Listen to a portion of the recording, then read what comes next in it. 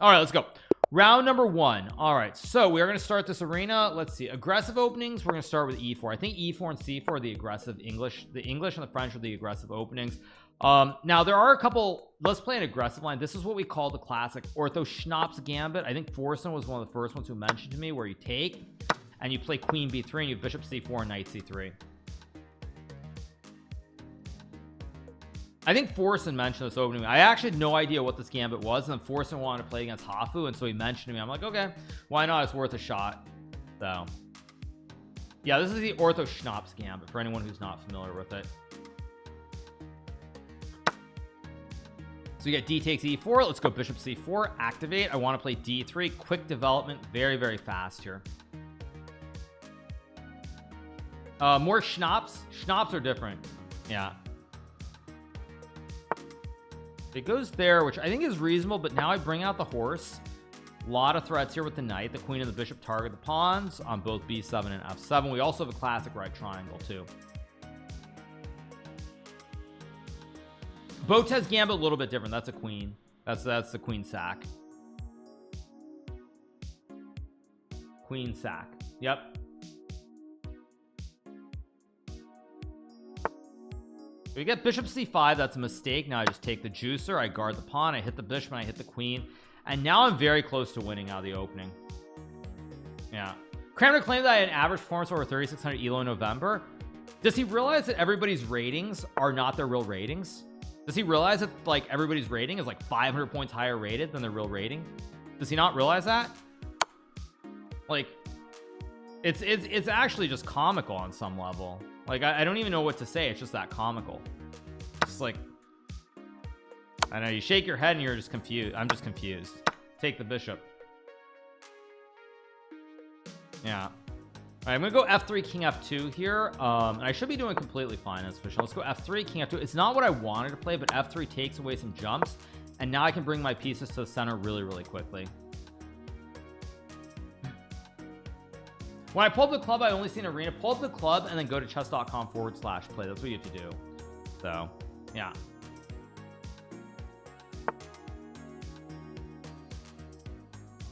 go knight b3, maybe d4, just develop. Actually, in reality, I'm not much better with this Ortho schnaps opening, but once I finish my development, I should be much better here. Gotta move the pawn so I can bring the bishop out. I think I'll go here, maybe rook c1. The only problem is that I can't move the knight because then he gets the kebab with rook e2. There's rook e7.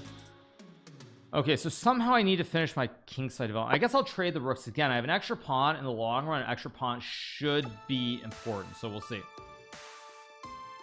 You know, annoying mouse for a 7-month resub. Thank you. Let's trade the rook's still hard to play.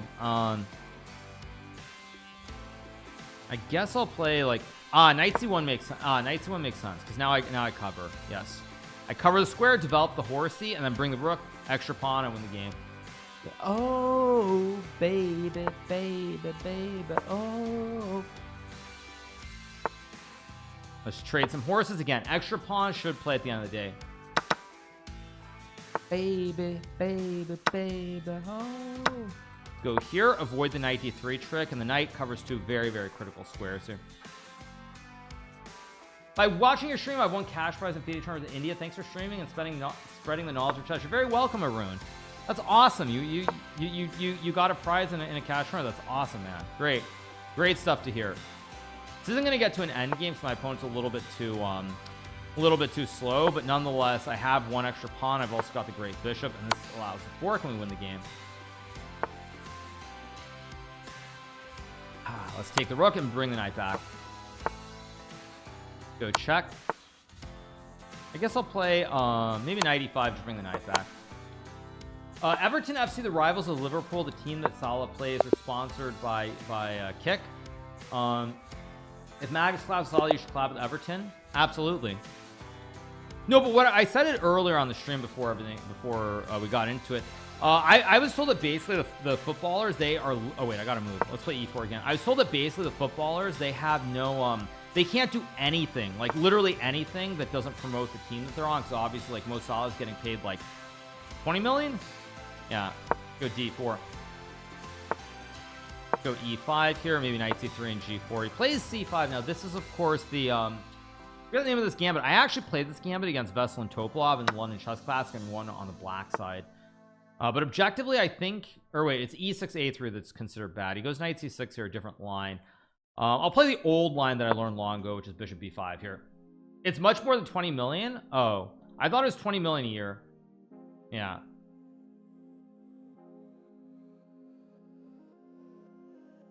Who is dirtier at flagging, Nihal or Daniel? Obviously Daniel.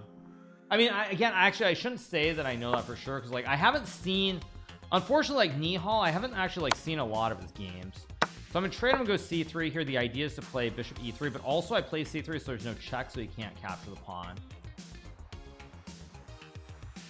So let's see what he does. Panov is not super aggressive. Like when I was young, I wanted to play against Hikaru Khan. The two setups I played were the exchange card, which is very positional, or the advance with knight c3, g4, etc. So those were the two systems that I played when I was growing up. Nowadays, I mean, like, and I mentioned this earlier, I'm not 100% sure that I'm as much of an authority as I once was, because like chess has changed a lot from when I was growing up. So like the openings that worked for me as a kid, they may not work in the same way that they work. They probably work differently than they did back when I was growing up. Thank you, Itchy and Scratchy, for the subscription. Thank you so much to Itchy and Scratchy.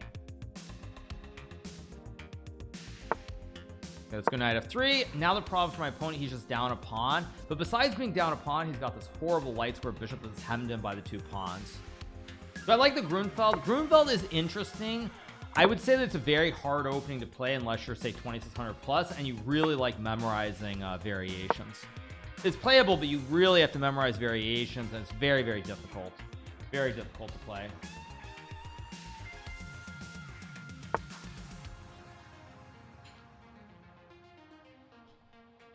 Let's go a3.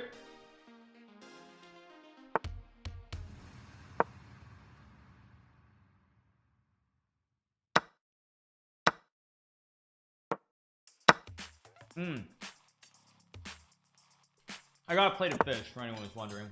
Hard to show without tilting. It's like calamari. We've got calamari and coconut shrimp and tempura shrimp. Go bishop g5.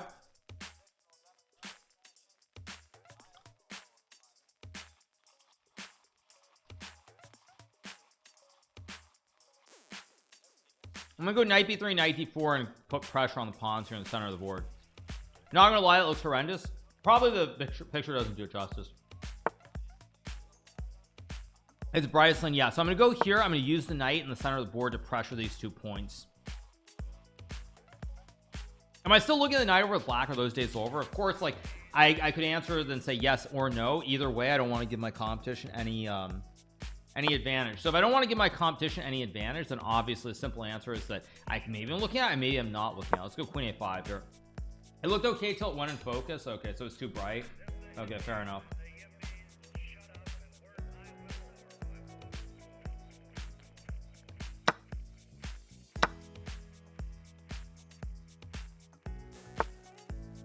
It goes take.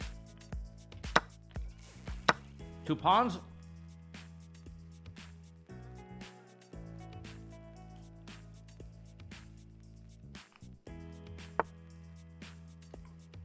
So knight here, f4, 2 pawns to push up the board.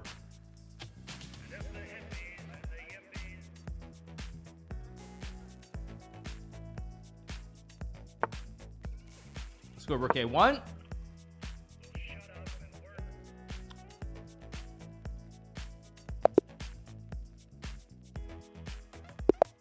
Okay, let's play the English this time, not e4. Have I had white every game so far? Play the English opening with c4, knight c3. So we're gonna have a King's Indian, so I'll play e4 to stop d5, also known as the Grunfeld. He'll go here, and then I'll play d4. And now at the lower levels, one line that I really like potentially is to just start pushing p if we want to be very aggressive. Like there's bishop e2, g4, h5, and you go immediately on the king's side. Go bishop e2. Now he played h5 to stop me from pushing, but I can start to put my knight on g5 because I have a nice little hook here with the pawn, or as Forreston would call it, the fish hook. So I can put the fish hook with the knight on g5. Master Chef today, maybe not sure. A5, not a good move. Normally black should play A6 and B5. I'm going to plop this knight on G5. It's hooked in here. It hits pawn F7, E6 squared down the road as well.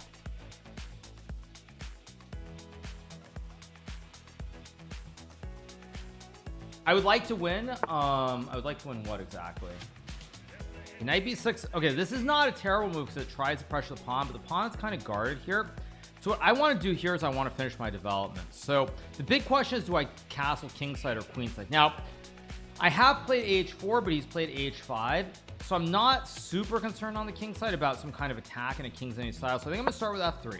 Take away the square, bring the bishop here, move the queen, and then I'll decide which way to castle the king. But F3 stops knight G4. Very important here. So I'm going to go queen D2, and then I have two options. I go this way, or I go this way after I play queen D2. 1, 2. Two options. Hey, Hikaru, I bought that Kasparov King's Indian book last week for 18 bucks. That is awesome, GMHikaru. That is a great book. If you want to learn the King's Indian, you want to play through the games, it's a great book. I love that book. You guys have no idea how much I love that book. That's easily my favorite book from my childhood. It's Kasparov. I think it's like called Kasparov and the King's Indian or something. Yeah.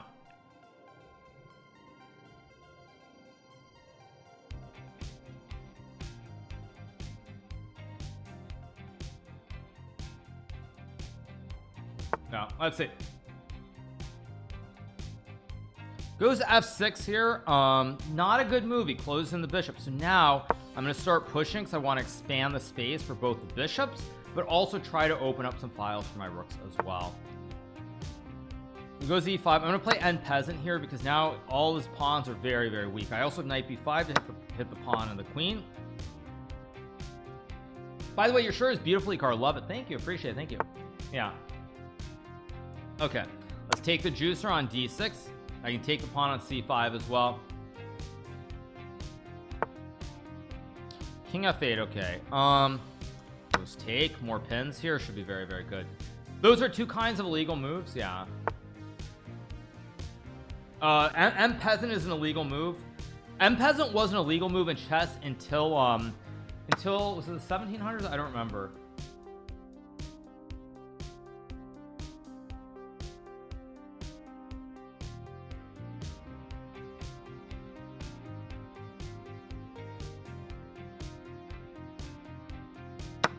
Takes. Okay, now I trade the queens. We pin the tail on the donkey with bishop C5, collect the rook, and we win the game.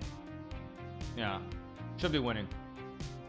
So even if Ding's rating goes inactive from last place, still a contender. Ding is still the world champion regardless. So he is in the world championship match no matter what. I'll push my pawn, shut the diagonal for this dark square B, and now I'm just going to eventually use the open lanes for my two towers. Let's go here. I don't have to play this, but I want to trade off pieces. So I have an extra tower, so I just want to trade pieces off. I already spoke about the cramped stuff at the start of the stream. I don't know what's going on. It's all very, very bizarre to me, but whatever. Let's play E7 here. Take with the bishop. Bishop F6, logical. Let's just go G3, guard the pawn on H4. Pawn on E7 already guarded. Go here, guard the pawn. Probably I want to just move the bishop and activate the rook with like rook D8. Makes sense. Do I think Alireza will play really aggressive now he's behind? I mean, oh, he hung his rook. I didn't even notice. But yes, I think that Alireza kind of has to go a little bit insane, I think. At least chess-wise, I should say. I think he kind of has to. No, I mean, if he doesn't go crazy, I don't really know how he's going to qualify. Because Wesley is... I mean, Wesley could lose a game, but I really don't think Wesley's going to lose a game today in the Singles Cup. Get the win. Let's go again. Okay, so aggressive openings. We got black. What is aggressive? I'm trying to think. I think aggressive. King's Indian is aggressive. You know what else is aggressive? There's this interesting gambit opening called the Albin counter gambit, which I have actually played before. In fact, I think Erwin Lamy played it against Korobov, maybe. He played, or was it Wojtaszek? He played the Albin against somebody. So the Albin counter gambit is where you strike in the center. Like white pushes these two pawns, so he offers this gambit, and then you push and you basically offer the gambit in the center of the board. So knight F6, of course. Let's go here. I want to castle quickly. I also want to put a lot of pressure in the middle of the board immediately here. Castle, instant pressure, instant pressure.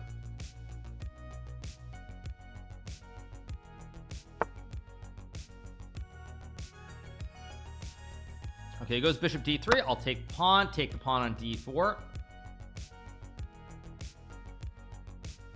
But Alireza Wesley can play more tournaments to have another shot. They could, but I don't think it's I mean, what do they have to play? That's the problem. What do they have to play? I'm trying to think about what events they can even play in to make it in. I don't know what they can do.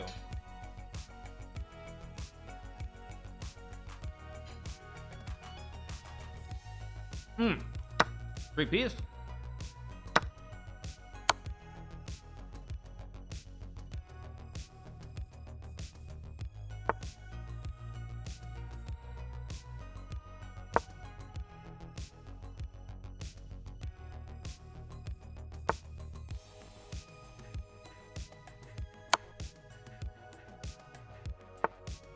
Uh-oh. Take farming 800s and unrated. Disrespectful, I know.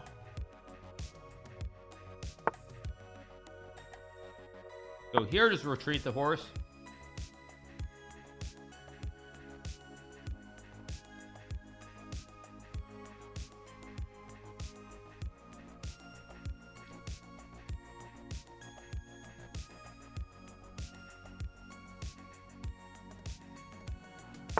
Music is pretty bussin'.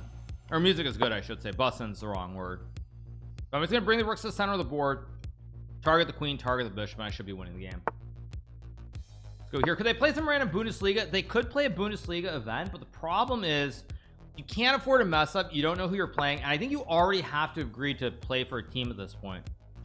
Go rook f8. Just a lot of pressure on the open lanes for the two towers. Let's go check. Let's take, I mean, everything's falling apart for my opponent here. I've got rook d1. This is why the Albin is a good opening. You get quick development, very easy to play. There we go, checkmate.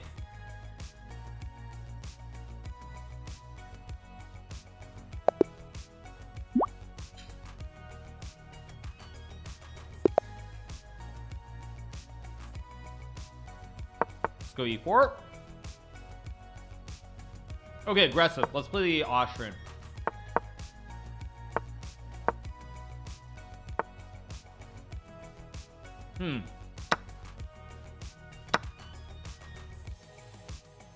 Let's trade queens, develop fast.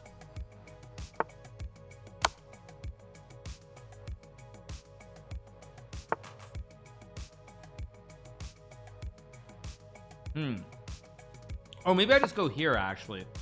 There's no way to stop the knight c7 trick.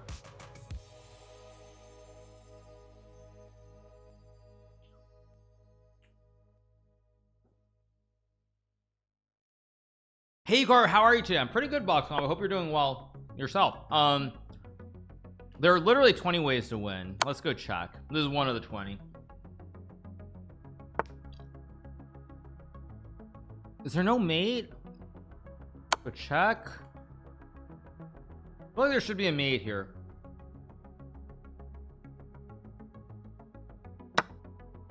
Take. His king is in the middle of the board. I mean, his king is not in good shape. Won Alireza Firouzja qualifier with Cancer being the highest rated player in January? No, because right now, well, I mean, it's unclear, but right now Wesley So is a higher rating. Good check, hit the king. It's a little bit unclear right now what's going to happen because Wesley could get him via the FIDE circuit, but if Wesley doesn't get him via FIDE circuit, Alireza is not making. Alireza is lower rated than Wesley So currently, so it's actually the tournament's going to get really spicy now.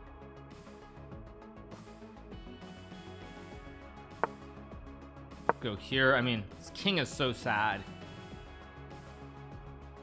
340 players. Yeah, 345. Yep. Yeah, unrated is a little bit better. How do I mate him with these knights? There should be a forced mate. Let's go check. No squares. He's only got c7, and I made him with bishop f4 mate.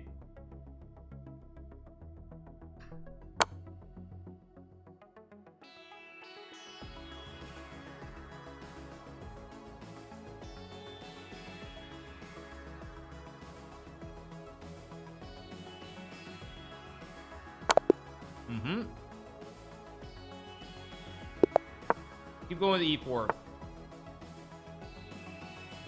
Okay, let's play this two pawn system. This is one of the systems I played against the Aliakin as a kid.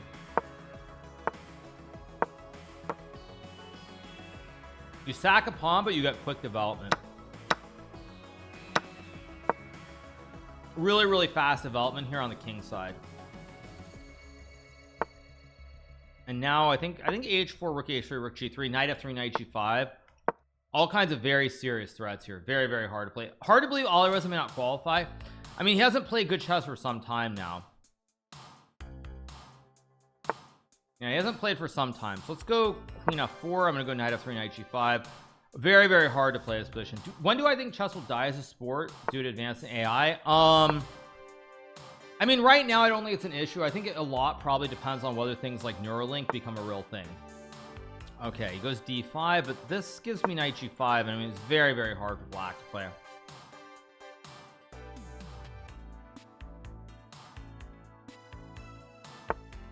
I would say, broadly speaking, let's go here in rook f3. I would say, broadly speaking, it depends on things like Neuralink. If Neuralink is successful, chess will probably die. I mean, chess will probably die. That's just simply the reality. But are we anywhere near that point? I mean, who knows? Like queen g3, yeah, computer brain interface. And the moment that happens, chess is done. But then again, a lot of things are done too. A lot of pressure here for my opponent. A lot of pressure.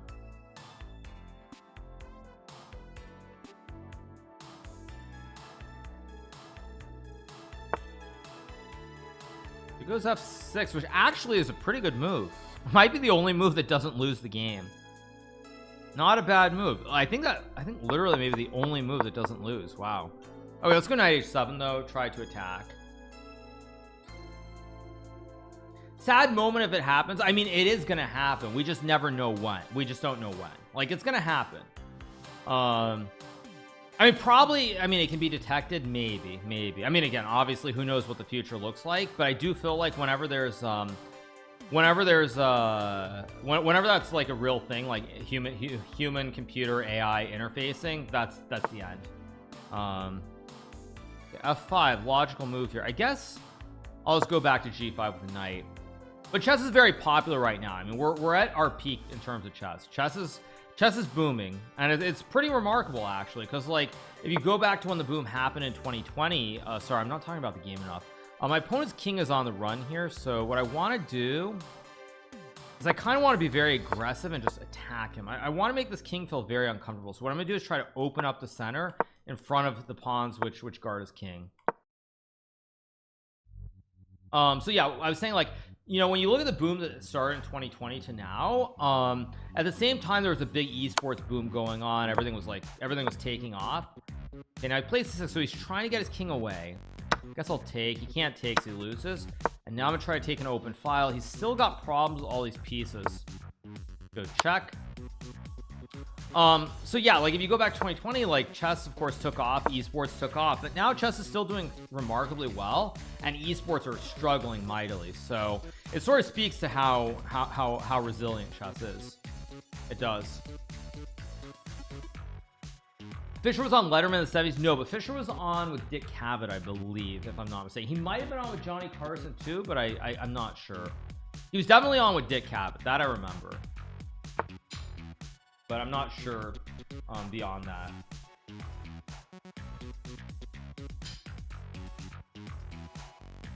Good check.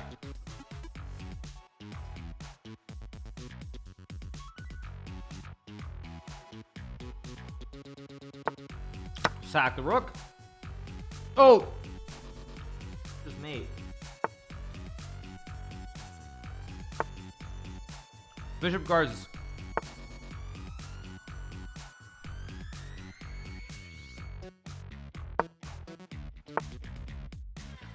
Let's go here.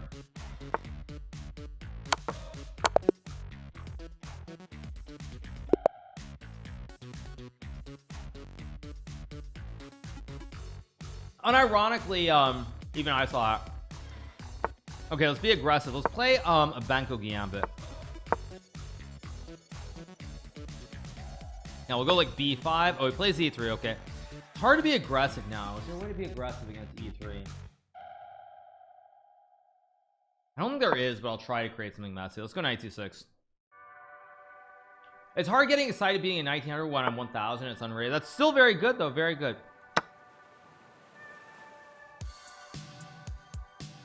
Let's take and play e5. Hikaru can play like a 3600 but can't find a pawn mate. That's interesting. Yeah, of course, obviously. Yeah, exactly, you guys, exactly.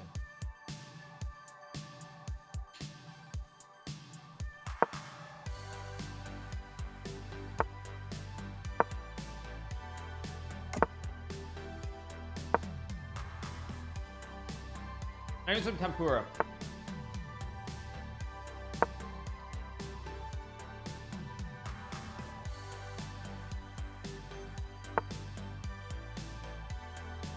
Just castle.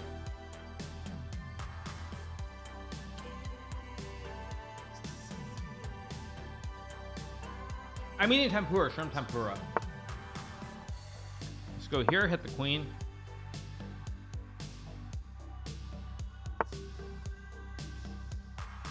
Now play knight before, hit the queen, hit the bishop. This should be GG. Do I mind this therapeutic? I think it's great. I think it's very good for people who watch the videos who are at a lower level. I know, I mean, maybe the last game or so because I've been eating, I haven't explained a lot, but in general, I think it's good.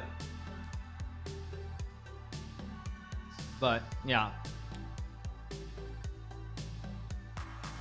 Prior to the pandemic, I couldn't care less about chess or even streamers. Now watching our play chess is my favorite pastime. What the heck happened? Oh, thank you. Very, very nice comment, Eric. California. Let's take California. Yeah. Let's play bishop takes d3. Knight guards the bishop. I hit the rook. I take the pawn. I have an extra bishop now. The most important thing when you have extra material, both captures are fine, by the way. I'll take with the bishop here. And I have an extra piece. So the main thing now is when you have extra pieces, if your king is safe, you want to just trade off pieces. Like make the even trades, knight for knight, knight for bishop. Trade off the even pieces because at the end of the day, you have an extra knight. So again, I'm going to trade off a knight for a knight or a bishop here. I can take either way. I'll take with the pawn just to consolidate my pawn on c4 here. We need 2. Let's play bishop g5. Hikaru, don't you ever try to use an engine in a game to see how it is? No, of course not. But the thing that I will say on that topic is that there was a point, I want to say maybe like in, I don't even remember how long ago, the chess.com asked me, they asked me if I'd be willing to try and do it. And I thought, I was like, no, that's just like, I just can't bring myself to do that. It's just wrong. Like they asked me to try and like create an anonymous account and see if I could get past their systems basically. But I couldn't bring myself to do it because it's just like so wrong. Let's trade the queens and I'm gonna play rook e8 here, maybe f5. Okay, let's go rook e8, trade the rooks here. Interesting. Yeah, I've said that before. Trade the rooks and go king f8, rook e8. Extra horse on the board, we just trade off pieces. Yeah, it's really sad what's happening. Really, really sad. Take the rook here. I'm just gonna go b5, b4, c3. Okay, stops before I can get the pass pawn. So, okay. Playing in 1900, we'll still try to be very aggressive. Let's go e4. Okay, let's play the Smith-morra gambit. Pretty solid opening.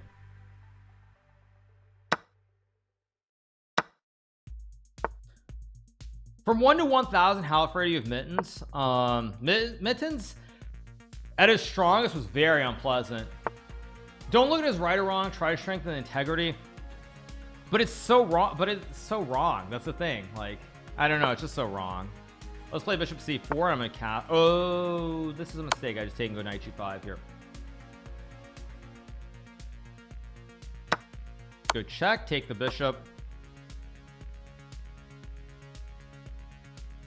Mittens is very scary. Why don't I wear glass anymore? Because I just don't like how I look with them. Yeah. I watched a Levidov interview with Vishy. He shared some interesting stories. I mean, I have nothing but respect for Ilya Levidov. He was my experiences with him were primarily during the Tau Memorial that were held in Moscow, Russia in 2009. So like, I actually have nothing against the guy. He was the president of the Russian Chess Federation. Very nice, very professional, etc., etc. I could go on and on. I'm gonna go knight d5. He takes knight at 4. I get the family fork with knight c7. So very, very nice guy. Have nothing against him, but he really is giving Kramnik this platform.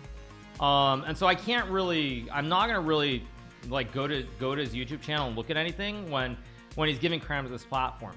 It's just that simple. I mean, I have nothing against the guy himself, but I mean, he's giving cram with this platform. Let's play knight c7. The knights guard each other. I have queen b3 here, and I feel like something really bad is going to happen to the black king. I did not do eye surgery, and I've said it before. The reason I didn't do LASIK is I'm trying to think of the politically correct way to put this. I never did LASIK because, you know, they always say that, speaking of statistics, let's get back to statistics. They say the odds of like going blind or something are like really, really low, right? They say it's, I don't know, like it's 0.001%, whatever it is. Of course, it's pretty funny now. But they say like 0.001%, whatever it is, that like something will go wrong. But there are two problems. First of all, I do know people who've done it and they've had problems for like, they've had some issues for a couple of weeks. That's the first thing.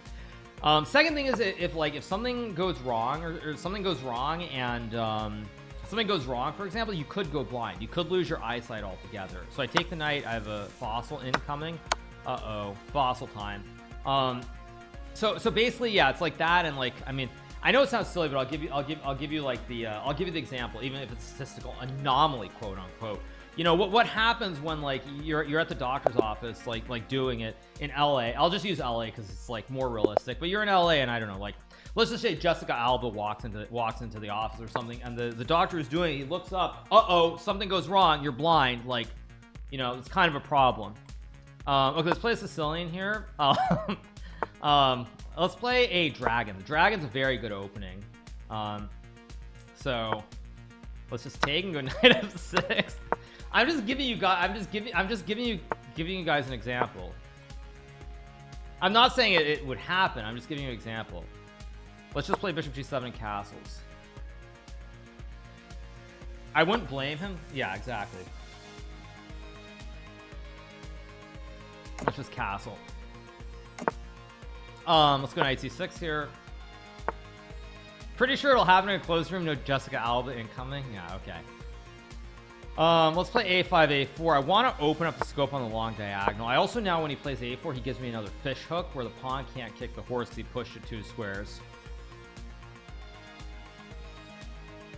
But yeah, I might I might do it at some point. It's just the thought of basically having of like something like that I mean, like I know it won't happen, but it's still very scary to think about. I did this trade because I want to again open up the scope for the dragon bishop here.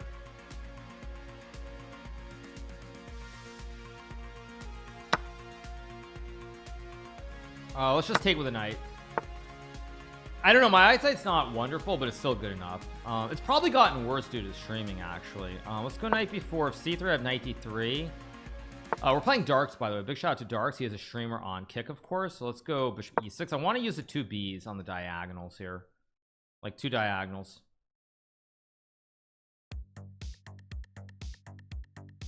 Difference between the dragon and the King's Indian? That's a very good question. King's Indian is versus d4, c4. Dragon is usually versus e4. The big difference I would say is in King's Indian, normally this bishop gets walled in. Like you end up with a very clogged center of the board, and this dark square bishop is not active, whereas in the dragon, the bishop is almost always a very active piece. A lot of pressure here. The biggest benefit of streaming on Kick is for you guys, the viewers, which is no ads whatsoever. So because you guys have 0 ads, you get to basically watch it without any interruptions. Let's play queen takes c5, hit the bishop here.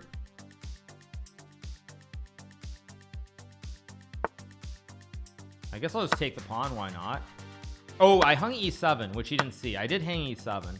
Okay, so it goes rook a2. So I'm up a pawn here.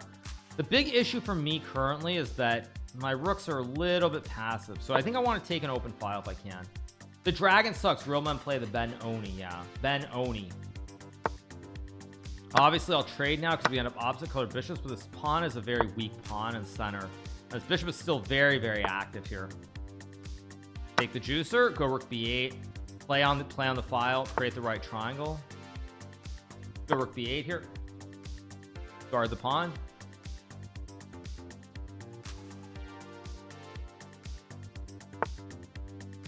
Go e6, kick the bishop away from d5. All roads lead to Rome here, but I think the main thing is he's trying to infiltrate on 7th rank, so I need to get my pieces back. I need to play some defense. Maybe the way to play defense is to play h5 and b6 and like rook f5. Yeah, maybe the way to play defense is just put the pawns on the opposite color and then hook the bishop to the pawns. Create a chain. Trade, go bishop f8. Hikaru, you beat Kramnik from a completely lost position in London around 2013. Bishy mentioned that Kramnik completely lost his mind after that match. 2013? Did I beat him from a losing position? 2013 London Chess Classic was rapid, so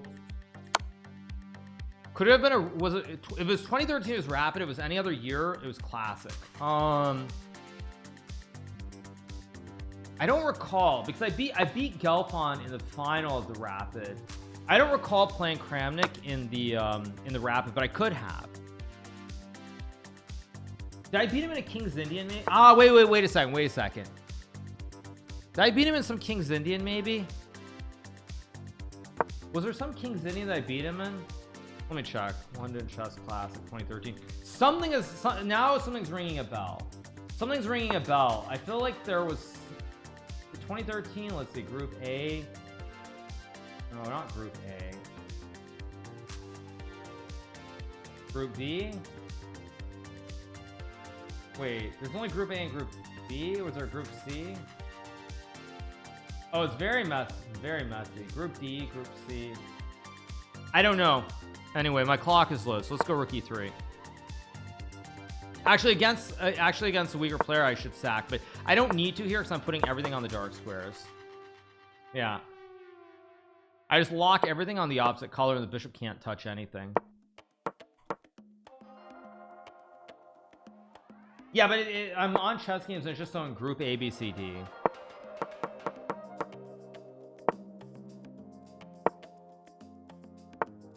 Okay, let's just sack. No need to be cheeky. F5. Create a pass pawn and win the game. QGD exchange.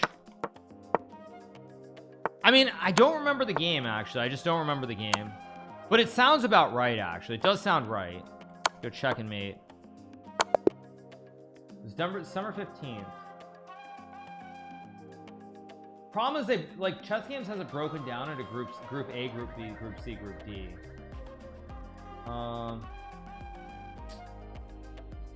Yeah, it's broken down. So I'll take a look afterwards. Let's play the Smith-morra gambit again. Play c3. This because these arenas are unrated. That's the reason. So I play lower rated players. Let's play the classic Smith-morra. Great opening in my opinion for lower rated players because you get this fast development in the center of the board. When you're down a pawn, you have to learn how to use the space in the middle of the board. I go rook d1, play for e5. Immediate pressure here because I've finished my development. Very, very critical. Okay, let's go here. Pressure the pawn. A lot of pressure here immediately. Listen to the music. Whoa, whoa. Listen to the music.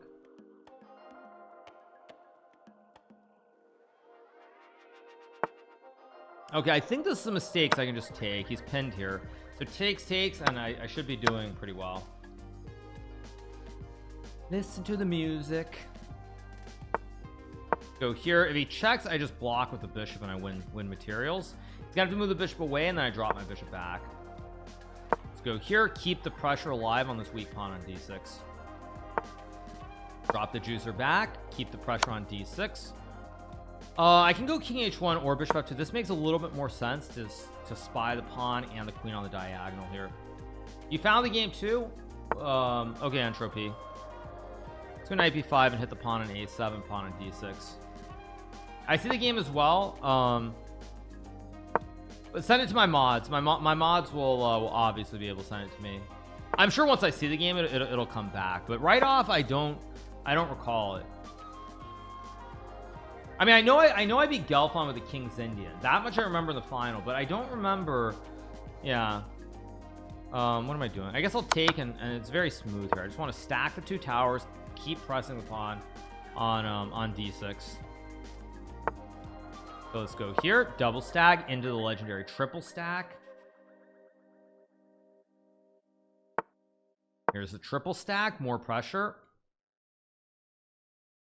Now, my pawns are very, very solid here in the center of the board as well, so very, very good position. Now I go here, even more pressure with a triple stack. Now the beast spies the pawn and everything's collapsing. Oh, is there a knight a7 somewhere? Oh wait, knight a7. Oh, I'm actually terrible at chess. That's so bad. So let's just take the pawn. We've got 4 pieces on the d file. Goes there. I think I can go here because now I'm gonna ice skater him on the back rank. King is stuck, no squares available. It was during the rapid knockout. Really, I actually don't remember it. I don't remember the game, but yeah, I mean, once I see it, obviously it'll come back to me, but I don't remember it right off. I mean, it was 10 years ago, and I mean, maybe that's an insult to Kramnik, because like if it actually was memorable, I probably would remember it, and I don't. Like I remember the Gelfand game, which won me the tournament. I remember the Gelfand game, which won me the tournament, but the Kramnik game I don't. In the grand final, I played against Boris Gelfand. This is the Bishop / Vienna opening. Very fast development here. Go knight f3. Hikaru is surprised he doesn't remember a game now. He can keep developing here. Go h3 and take. Did someone say my name? Yeah, there was an ice skater. Exactly.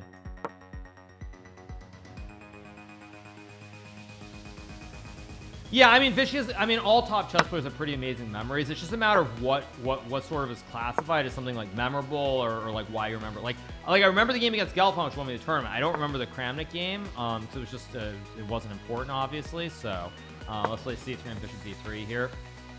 But yeah, it just depends. It's actually, I would say there has to be some specific. There has to be a specific reason to remember the game. Like it has to be like it was the last round, or you made a GM norm, or I'm norm. Like there has to be some significance, because otherwise you're generally not going to remember certain games. That's just how it is. Take and go bishop g5. It was too easy. Yes, it was too easy. Yeah. It started with a q. Oh, it was an e4. So does that mean it was? Oh yes. Ah, yes. I was down. Yes, and he changed. He changed it into the Grunfeld. Yes. Because I played the a3 line, right? I played a3 and then he played g6 and it transposed into the Grunfeld, and I was in a lot of trouble. Yes. Now, yes, of course now I remember it. Yes, because I played a3 to stop the whole bishop b4 line, and then he played g6, it transposed into a Grunfeld. I think he was up in exchange somewhere, and then he lost the game. Yes. Now it's coming back. Of course, let's castle. Yes.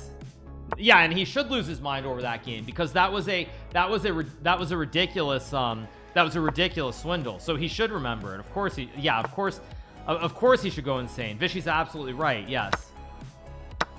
Let's go here, knight f5. Yeah, because it was shortly after I think the candidates, was that in March of 2013? There was a candidates where Kramnik started playing this very boring like exchange off all the pieces in the semi-tirage with knight d5, knight c5, cd4, etc. But then against me, he changed. It came out of the other order. It was out of the knight c3 move order. He played d5, and then after c5, I was able to play this a3 move. Let's go king b1.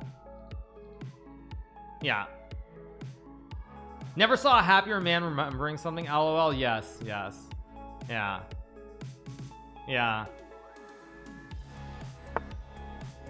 Just take. We all follow you without a board. Yeah, it's like I'm like this. Like it's like what was it? Was that Fantasia where Mickey is just like he's making the music with his fingers? I think it was Fantasia if I remember correctly. But yeah, I'm just like I'm doing the whole like the Mickey Mouse thing with my fingers pointing this way, that way. Yeah. After we end the arena, I can show you guys the game. Obviously, I can show you the game. Yes. I don't remember when it was exactly, but I also remember Gary talking about that game to me. I forget when that was exactly. It might have been 2014, but yeah, Gary talked about the game. He was like, yeah, this a3 probably isn't good because of g6. I think it was Gary, or was it Lecco or someone? I don't even remember at this point. Let's go h5 here. Pressure on the knight and the pawn. Should be winning. I missed the fossil. I guess, yeah, there was a fossil, right? Yeah. Go rook d2, guard the pawn on b2. I can take and win the game. Yes.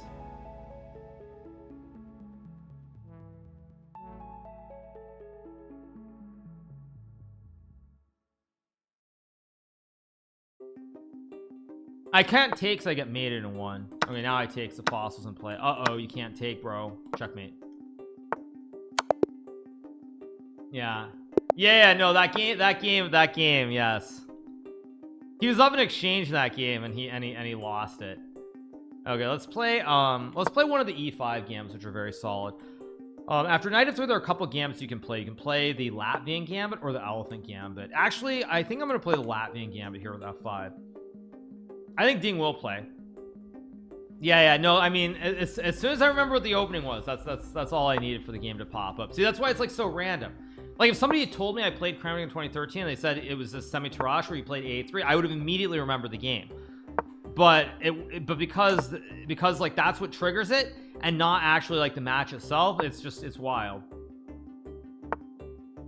I also remember it very well in 2013. I think the first match I played in the knockout was against Nigel Short. And I remember like I played Nigel and I beat him and he wasn't very happy about it. Like I think I beat him in like a close Sicillian maybe, if I remember correctly. He wasn't happy about it, but then at the end of the tournament, like afterwards we're all at the closing ceremony and Nigel's like, well, I gotta congratulate you. I'm glad that I lost the eventual winner. So yeah, good d6 and play queen e7. Do you feel more motivated since your peers are staying silent? Not really. I mean, we know one of the people is happy to see this, but I think everybody else is just playing the Singfield Cup. They don't have time to respond to this. That's the bottom line. I guess I'll go here because there's no knight g5 maybe. Yeah, like I mean nobody can. I mean like I would bet you almost any amount of money that Fabiano and Christian will do a podcast about this as soon as the tournament is over. But of course Fabiano is playing in the Singfield Cup, and I mean he's already low energy, like he's played too much chess this year. So I mean to take energy during the event to try and do a podcast when he's having when he's playing a serious tournament, he's low on energy. It's just not practical. So he'll do something. He'll do something later. Unfortunately, this move by my opponent hangs a horse. It's a good concept to try and hook the knight, but unfortunately here he loses the knight on h4. How do I feel about Magnus' tweet? It's very obvious what his tweet was saying. I was kind of surprised that there seemed to be a lot of people who think it means something else. It's very clear what it means. He's obviously making fun of Kramnik. And people shouldn't overlook the fact that yeah, people shouldn't overlook the fact that you know who worked with both Magnus and myself was a certain player by the name of Gary Kimovich Kasparov, also known as one of the greatest players of all time. And Magnus said this before, and I will say this too, like Gary hates Kramnik. He hates him. He does not like him at all one bit. And actually the one last time that I worked with Gary was in 2014, I think, the FIDE World Cup, which was held in was it Stavanger? No, not Stavanger. It was in Tromsø. I believe it was in Tromsø, Norway. And so I asked Gary before the event, I'm like, you know, you want to do one last rodeo, maybe help me with the World Cup, see how it goes. And he's like, sure, just make sure he was like, sure, just make sure you get to that, was it 4th or 5th round? Just make sure you get to that round where you play Kramnik. You got to beat Kramnik. That was like what he was saying to me, actually. Like he's like, you just make sure you get to that round to play Kramnik. And unfortunately I lost the round before. I lost to Korobov the round before, so it is what it is. But yeah, he's like, just make sure you get to play Kramnik. He's like salivating over that prospect. It's like Queen G2. Does Gary hate Vichy? Of course Gary thinks he's the greatest ever. I think hate is too strong of a word as far as a non goes. Yeah. Let's play D4 here. Yeah. No, I mean, you don't have to like be a huge fan perhaps, but like he does not hate Vichy. But there's definitely real bad blood between Kasparov and Kramnik for sure. I mean, Magnus also said the same thing essentially. Let's play c4, knight c3 here. I should have played with something a little bit more aggressive. I'm declining the Benko gambit, but now see, if you don't push or take, now I get the pawn and I haven't compromised my structure. I still have all my pawns connected on the chain.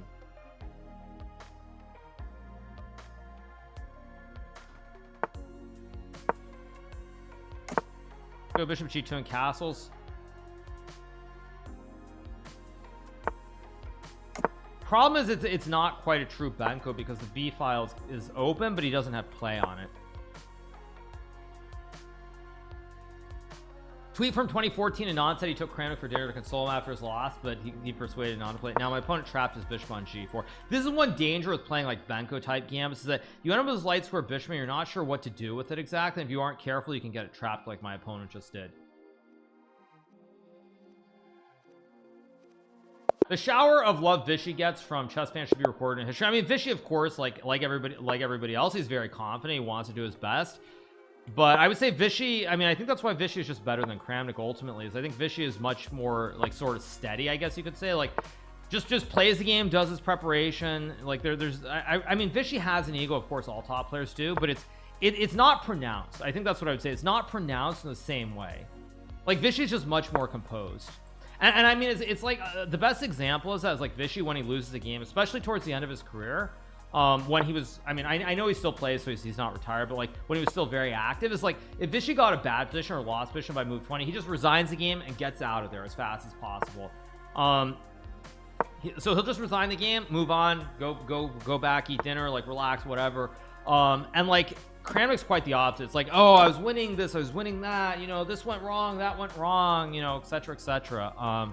And so it's a very, very pronounced difference between the two of them. Absolutely. Go h6 to hit the bishop here. I can play e5 here, why not? Take. Kramnik is like most of us. Actually, that's one thing that I would say is a lot of people that I know, like who aren't like GMs, like say FMIM level, a lot of people in that like 22 to 2400 ish range over the board, of course. I would say that they don't have objectivity. They don't have objectivity, and what I mean by that is they actually think they're always winning. It's like, I'm always winning, I'm always doing this right, that right. Like there's too much sort of arrogance, too much ego, instead of being objective about everything.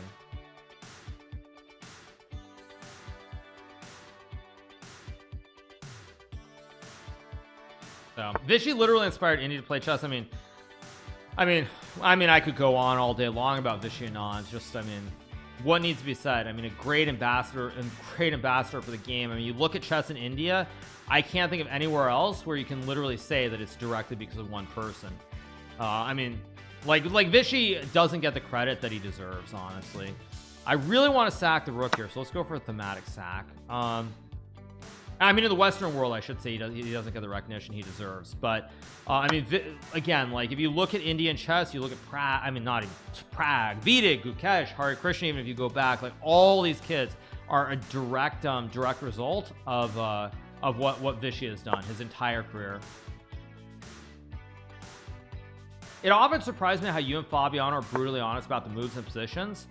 That's a big mistake. He hangs the queen and we win the game.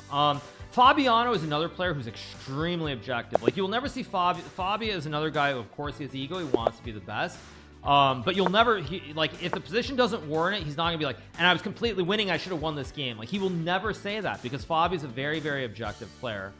Most people are these days. I'm gonna play the advanced Caro Khan again to be very aggressive with e5 knight c3.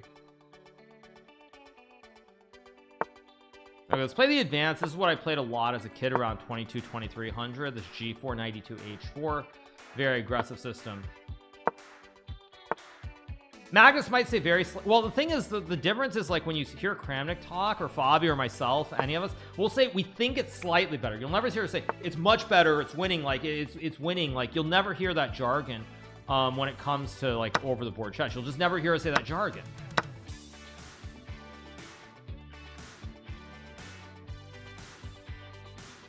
Online, of course. Oh, that's checkmate. Online, I do say that. Over the board, I don't say that. Of course, online's a lot different than over the board too. But I think that, you know, the biggest reason for that, let's play the French.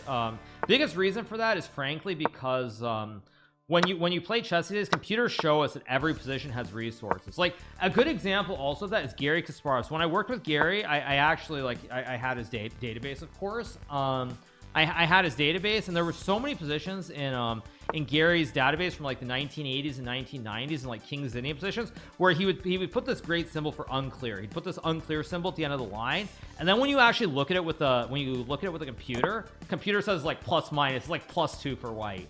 There were a lot of positions like this in his file, and I think that also kind of speaks to how chess used to be, because like I mean, at the end of the day, when you look at how like Kramnik looks at things or Gary, like they're literally from the same school of chess. Like Gary and Vladimir both went to the I believe it's the Botvinnik school for chess, if I'm not mistaken. Let's make a check here in Queen E7. But they both went to the same school. Whereas most of us didn't go to, well, I mean, school is a generic term, obviously, but like Fabiano, myself, Magnus, like we're from a completely different time period. The way we analyze chess, the way we evaluate, all these things are completely different. Let's just take the knight and take. Accusing Hikaru of cheating is jealousy. Nobody else in the chess world can play blitz and bullet while streaming, talk about anything other son. Thanks as follows, resubs, appreciates donations, eats his breakfast and lunch, and whatever happens in between. Yeah, exactly. Like I said earlier, I mean, I hope chess.com looks at my games. They should look at my games. If they aren't, they aren't doing their job. I hope they look at my games. I really do hope they look at my games. Take pawn on c3. And I think that only infuriates Kramnik, because Kramnik probably thinks that I'm cheating, and so when I'm like, yeah, just look at my games, look at everything, I don't care, I've got nothing to hide, it probably just upsets him even more. I should sign the petition. Yeah. Okay, let's play rook d8 and hit the queen here. I mean, look at my games. I've got all the games are out there. Look at the games. Okay, let's play knight d5 here. Maybe queen c5, queen a5. Takes. I've got a fork with knight e3 that wins material. How does a statistician measure your ability to pick and choose opponents? That's a problem. I mean, I think, as I've said a few times today already, I think the biggest thing is if Kramnik was serious about this, what he would be looking at is he'd be looking at the players I'm playing at and trying to figure out, like, why are these guys like 29-30 and they're playing and they're much weaker than the rating? Because like R2's 28-70, but he's playing much better than his rating. So R2 is very clearly underrated, the guy I played earlier today. And then like R2 is much lower rated, but I mean, R2 plays much better than the 29-50 I played the other day. Much better. It's not even close. So if Kramnik really cared about the topic, he would actually be looking at that instead. But he doesn't care about the actual topic. It's some kind of weird personal vendetta that I just don't understand. Let's play rook d2 and hit the pawn on a2. I can push the pawns on the queen side and I should be winning. Oh, sometimes I get a good feeling. Go a5, a4, a3, a2. 17 and a half, 3.5. Yes, and I'll tell you why. There were a couple games that I won on time that I was losing in. 17 and 3.5, I lost rating points. Third, was it Adar 16 or whatever his username was? Let's go king f1. Third, against Adar I went 16-0, and I would say if you look at those 16 games, I was in danger maybe in like one or two of those games. So let's go checkmate. I don't think we have time for one more, but let's try to play one more. Yeah. Play e4 here. It won't be good for chess. Sponsors don't want that type of drama. Oh, it's very bad for chess. Obviously, it's very bad. Very bad. Let's go bishop c4 here. 500 elo that profile. That was a good game. Yeah. Also, like the other, another thing that people don't talk about is like, or they do talk about, but if you look at the Magnus effect, I guarantee you, if you look at Magnus's games over his entire career against all the top players, if you, is it quantitatively or qualitatively? I'm trying to get it correct, but I would say that if you look at the quality, it's qualitative. If you look at the quality of their play against Magnus, it is worse. I do believe that it is statistically worse. Top players play statistically worse against Magnus than they do against each other. I do believe that is true, actually. Levon maybe not, although in recent times I feel like Levon's been getting hammered by Magnus a lot. But I would bet that if you look at everybody's games against Magnus, like say Levon versus Magnus or Levon versus me, or like you look at both like Levon and myself, when we play Magnus, we play much worse than we play against each other. And that is legitimately a thing, and I don't know how you're supposed to ever measure for that, because that's just pure psychology. Let's go here. Just take. And well, again, that's psychology. You're playing Magnus Carlsen or you're playing me. You're playing great players, and that's something that there's no way I think of measuring at the end of the day. Yeah, that's because Magnus is the best he makes a move and you think he's always right. Probably true. I mean, Vishy. What was that move? There was a knight takes pawn in the center of the board in that critical game in the match where Magnus, like, he held the pen and then he left as quickly as possible. But yeah, I guarantee you, if you look at the average over the board of top players against Magnus, they play worse. They play worse. Absolutely, they play worse. I want to keep this light square bishop on the. Oh, I guess the arena's going to be over. But I just want to go 1, 2, 3, and crush on the F file. That's all I have. So I just want to go like 1, 2, 3, and 4, and crush on the king side. That's all I want to do. Should I play more classical games to get better at chess instead of blitz? If you're a lower rated player, play more blitz. Absolutely. So yeah.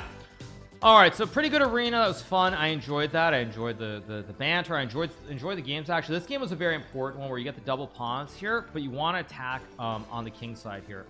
So third place, nice try. Yeah, I mean, it's not first, but it's better than last, of course. So all right, so we do have chess.com released a video about me. They did? Oh, actually, let's find the Kramnik game first. Yes, let me find the Kramnik game. Yeah, it was Kramnik, Nakamura 2013. Yes, 2013. It was London Chess Classic. If I Google that, it should come up. Yeah, let me find the game. Is this one? Okay, let me put this in Control C. Let's create a new window for chess analysis. Chess.com/analysis. And here we go. Pull this up. Control V. Add game. Let me refresh the oh wait, I shouldn't have done that. Control V. There we go. Add game. All right, before we get moving along, let's change the scene. So first things first, this is a game that I played against Vladimir Kramnik in the London Chess Classic in 2013. Let me put the music up as well. And here we go. So we have d4, knight f6, c4, e6, knight c3, d5. What did I tell you guys? I told you guys, and I played a3. Yep, I played a3. Told you guys. Played a3 and he played g6. See, the opening is what triggered the memory. And yeah, and okay, I played h4. It's still kind of okay, but I end up in this bad Grunfeld where I have a3 unnecessary, I have h4 unnecessary, and white is still fine here, but it's not anything special. So the game goes on. Eventually I blunder knight b4, and now look at this position, you guys. Go here, rook c8, of course. I play d5. Yeah, and I go here. And I mean, it's still bad for me. It's still bad objectively, but it's not completely lost. But let's keep going. But the fact that Kramnik takes this position and turns it into a loss is pretty legendary. So we keep going. Okay, check, knight c3. Okay, Kramnik gets the pawn on a4. I've got 4 pawns, but he's got 3. I mean, with a rook for a bishop, black can surely never lose the game, right? Kramnik is completely winning in this game, actually. So I take and get this position. I mean, it's fine. Like, I mean, obviously I'm much worse, but okay, you see this position? Now, of course, everyone's like, okay, just bishop f8, black's gonna win the game. Obviously here, bishop a1 is a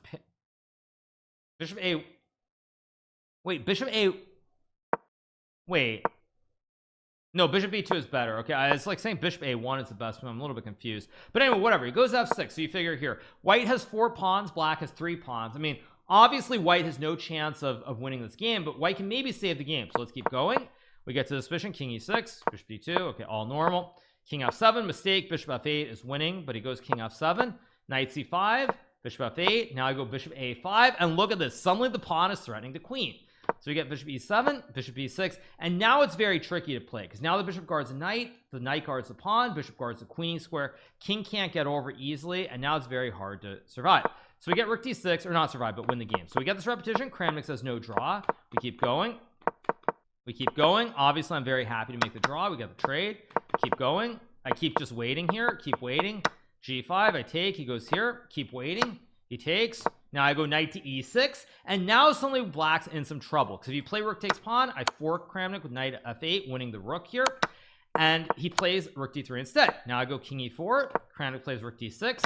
I take the bishop, plays rook takes d7, and now I go knight to f3. Now again, this position is still technically a draw, as you can tell from the evaluation bar. Kramnik plays check. I go knight e5, king f6, and after bishop to d8, Kramnik has to resign the game, and I win. So this is a great game. What can I say? Great game. Yeah. So oops, big oops by Kramnik going king f6 and losing the game. Yeah. GG, why not? From -2 to winning. Yeah.